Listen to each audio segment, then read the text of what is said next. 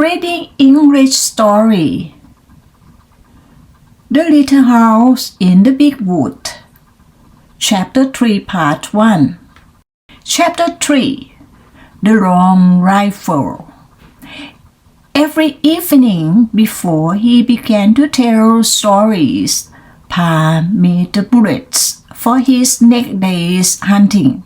Laura and Mary helped him. They brought the big, long-handled spoon and the box full of bits of lead and the bullet mold. Then while we squat on the hilt and made the bullets, they sat one on each side of him and watched. First they melted the bits and laid in the big spoon held in the coals.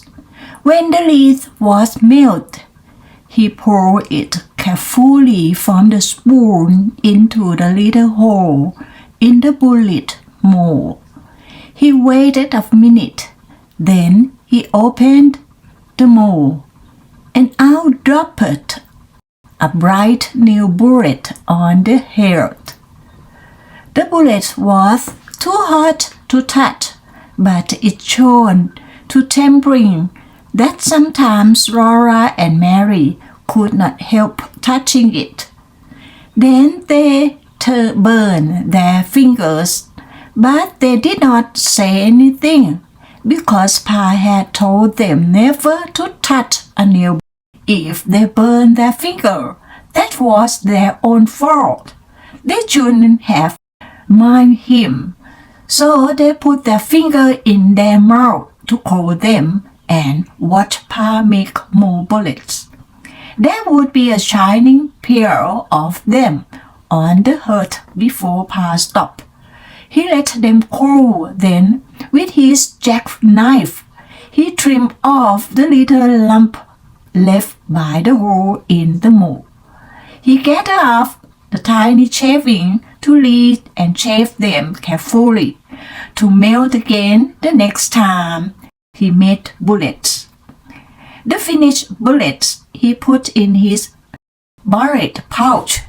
This was a little bag which Ma had made beautifully of buckskin from a buck Pa had shot. After the bullets were made, Pa would take his gun down from the wall and clean it. Out in snowy woods all day, it might have gathered a little dampness, and the inside of the barrel was sure to be dirty from powder smoke. So Pa would take the lamp rod from its place under the gun barrel and fasten a piece of clean cloth on its end. He stood the butt of the gun in a pan on the hearth and poured boiling water from the tea kettle into the gun barrel. Then quickly he dropped the ramrod in and lapped it up and down, up and down, while the hot water blackened it with powder smoke spout out through the little hole on which the gap was placed when the gun was loaded. Pa kept pouring in more water and watching the gun's barrel with the cloth on the ramrod until the water ran out clear.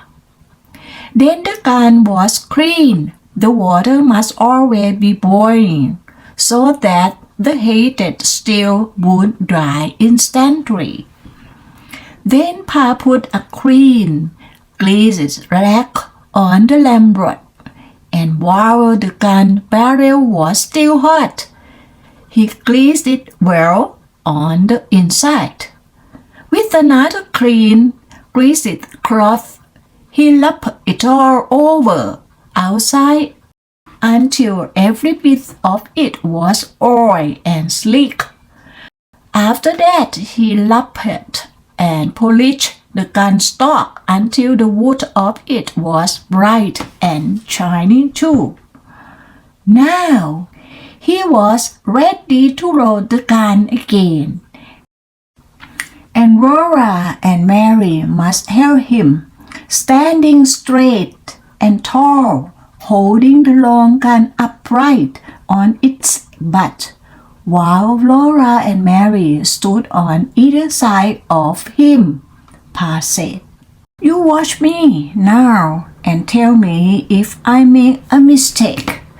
So they watched very carefully, but he never made a mistake. Laura handed him the smooth, polished horn full of gunpowder. The top of the horn was a little metal cap. Pa filled this cap full of the gunpowder and poured the powder down the barrel of the gun. Then he shook the gun a little and tapped the barrel to be sure that all the powder was together in the bottom. "Where is my matchbox?" he asked then, and Mary gave him the little tin box full of little pieces of grease cloth. Pa laid one of these bits of grease cloth over the muzzle of the gun, put one of the shiny new bullets on it, and with the ramrod he pushed the bullet and the cloth down the gun barrel. Then he punched them tightly against the powder. When he hit them with the ramrod bounced up in the gun barrel, and Pa caught it and thrust it down again. He did this for a long time. Next, he put the ramrod back in its place against the gun barrel. Then, taking a box of caps from his pocket, he laid the hammer of the gun and slipped one of the little bright caps over the hollow pin that was under the hammer. He raised the hammer down slowly and carefully. If it came down quickly, bang, the gun would go off. Now the gun was loaded, and Pa laid it on its hooks over the door. When Pa was at home, the gun always lay across those two wooden hooks above the door. Pa had torn the hooks out of the green stick with his knife and had driven their straight end up in deep into holes in the lock. The hook ends curved backward and held the gun securely. The gun was always loaded and always above the door, so that Pa could get it quickly and easily any time he needed a gun. When Pa went into the big woods, he always made sure that the bullet pouch was full of bullets and that the tin patch box and the box of caps were with it in his pockets. The powder horn and a small shaft had hung at his belt, and he carried the gun ready loaded on his shoulder. He always reloaded the gun as soon as he had fired it, for he said he did not want to meet trouble with an empty gun. Whenever he shot at a wild animal, he had to stop and load the gun, make sure the powder, put it in and check it down, put in the patch and the bullet and pull them down, and then put a fresh cap under the hammer before he could shoot again. When he shoots at a bear or a panther, he must kill it with the first shot. A wounded bear or panther could kill a man before he had time to load his gun again. But Laura and Mary were never afraid when Pa went along into the big woods.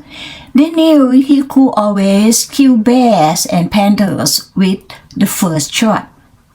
After the bullets were made and the gun was loaded, came storytelling time. Tell us about the voice in the woods, Laura would beg him. Pa clinked up his eye at her. Oh no, he said. You don't want to hear about the time I was naughty little boy. Oh yes, we do. Laura and Mary said so. Pa began.